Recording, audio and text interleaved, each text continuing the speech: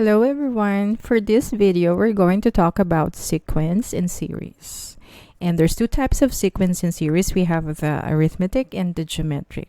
So let's identify first what's the difference, or when do you know it is a sequence or it is a series. So a sequence is a list of numbers separated by a comma. So just like this example. So 3, 9, 15, 21, 27, and so on and so forth. So this is a sequence. While a series is a sum of numbers separated by a plus or minus sign. So 3 plus 9 plus 15 plus 21 plus 27 plus so on and so forth is an example of a series. So now let's start with arithmetic. So for any sequence, we represent the first term as a sub 1, the second term as a sub 2, third term as a sub 3, and so on and so forth. Okay?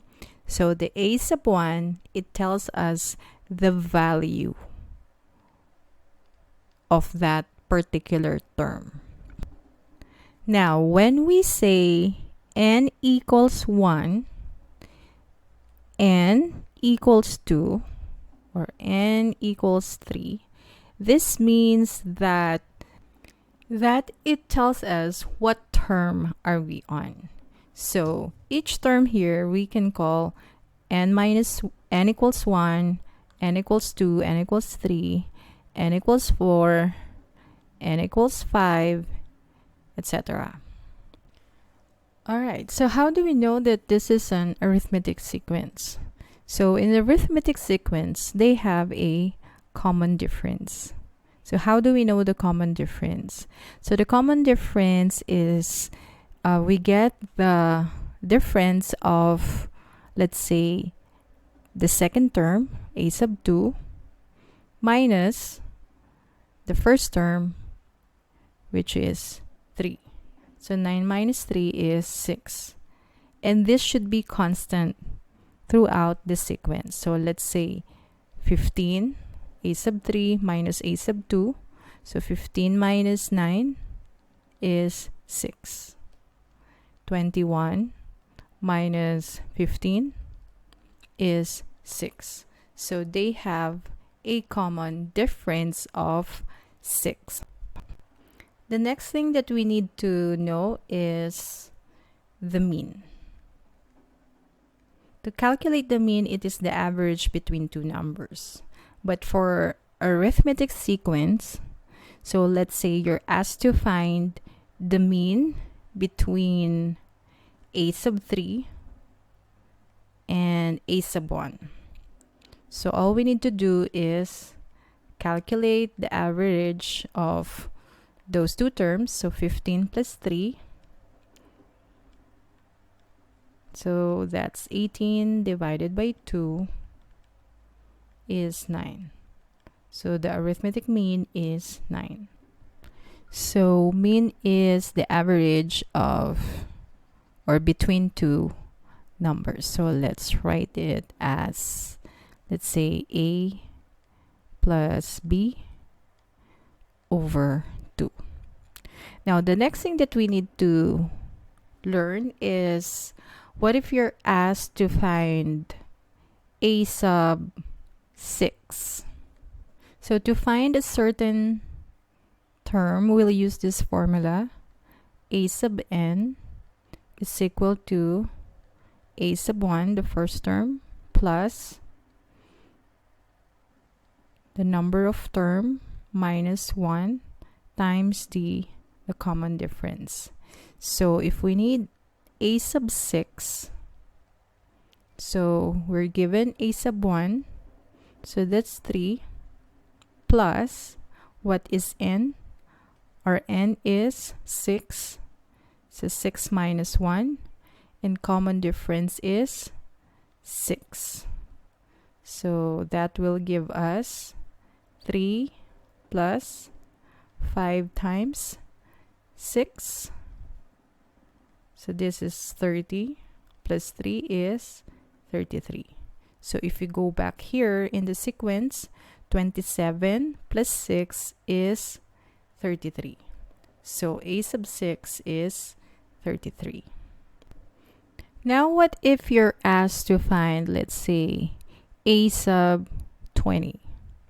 So instead of adding 6 plus 6 plus 6 to get to the 20th term, so just use the formula. So a sub 1 plus n minus 1 times the common difference d.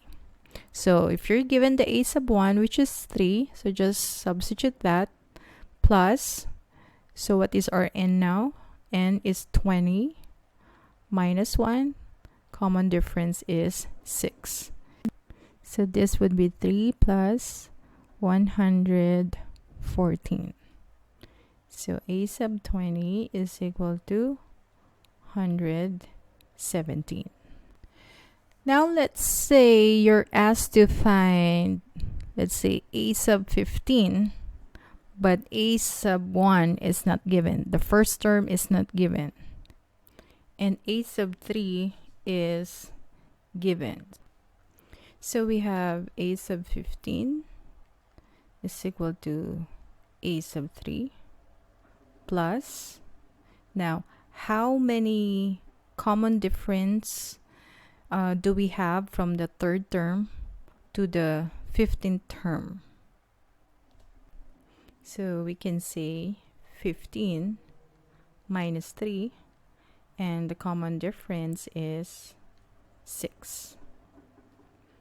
So a sub 3 is 15 plus 15 minus 3, so there's 12 common difference from the third term to reach the 15th term, times common difference 6. So calculate.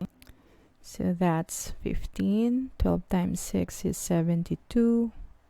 15 plus 72 is 87. So a sub 15 given a sub 3, or from a sub 3, is 87. So just remember that the arithmetic sequence has a common difference. So just remember, for an arithmetic sequence, they have a common difference, and if we're asked to calculate a specific n term, so we'll use the formula a sub n is equal to a sub 1 plus the quantity n minus 1 times the common difference d. The next thing that we need to know is how to find the partial sum of an arithmetic series. So for this example, let's say we're asked to find the first 5 terms of these series. So we'll use the formula partial sum s sub n is equal to the first term plus the last term over 2 times n. So we're asked to find the first 5 terms, the sum of the first 5 terms. So s sub 5 is equal to, the first term is 3. A sub 5 is 27 over 2 times 5. So 3 plus 27 is 30 over 2 times 5. 30 over 2 is 15 times 5 is 65. So the sum of the first 5 terms of this arithmetic series is 65. All right, let's try to solve some problems. Number 1, identify if the following is a sequence or series.